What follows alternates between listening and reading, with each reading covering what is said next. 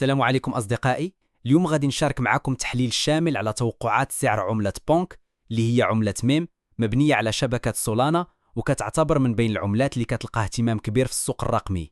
أول حاجة خصنا نعرفوها هي أن سعر بونك كان متقلب بزاف في السنوات الأخيرة، حيث بدا من قيم صغيرة جدا وارتفع بشكل قوي في بعض الفترات. سنة 2025 كتشوف الجماعة ديال المتخصصين في الكريبتو أن بونك عندها فرص توسع جيدة، ولكنها كتعاني من تقلبات كبيرة خصوصا في عملة ميم. تحليلات مختلفة كتشير إلى أن السعر ديال بونك ممكن يوصل حتى ل 0.00006 دولار في النهاية ديال 2025، خصوصا إلى بقى الدعم مستمر من المجتمع ديال المستثمرين وشبكة سولانا نفسها. بعض المحللين متفائلين أكثر وكيتوقعوا وصول السعر حتى ل 0.0009 دولار أو حتى 0.0014 دولار في سيناريوهات إيجابية، وهذا راجع للزيادة في الأقبال على مشاريع ميم واللي بونك عندها دور كبير فيها.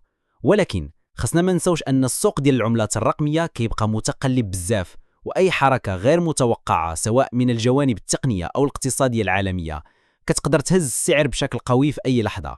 عامل آخر مهم اللي خصنا نراقبوه هو الدعم التقني لشبكة سولانا، حيث أن بونك كتشتغل داخل هذا النظام، وإذا سولانا قدرت تطور من قدراتها وتوسع المشاريع عليها هادشي غيساعد بونك تزيد قيمتها. كذلك دارسين السوق كيشيروا أن دخول مؤسسات مالية كبيرة ومحاولات للتنظيم والقوانين الجديدة على العملات الرقمية يمكن يزيدوا في الضغط على السعر سواء بالإيجاب أو السلب. في الأخير إذا كنت كتفكر تستثمر في عملة بونك خصك تكون واعي بالمخاطر اللي ممكن تواجهك، لأن التقلبات كبيرة، ولكن الفرص كتواجد خصوصا مع الاهتمام المتزايد بهذه العملة وكونها جزء من مجتمع نشيط ومبتكر.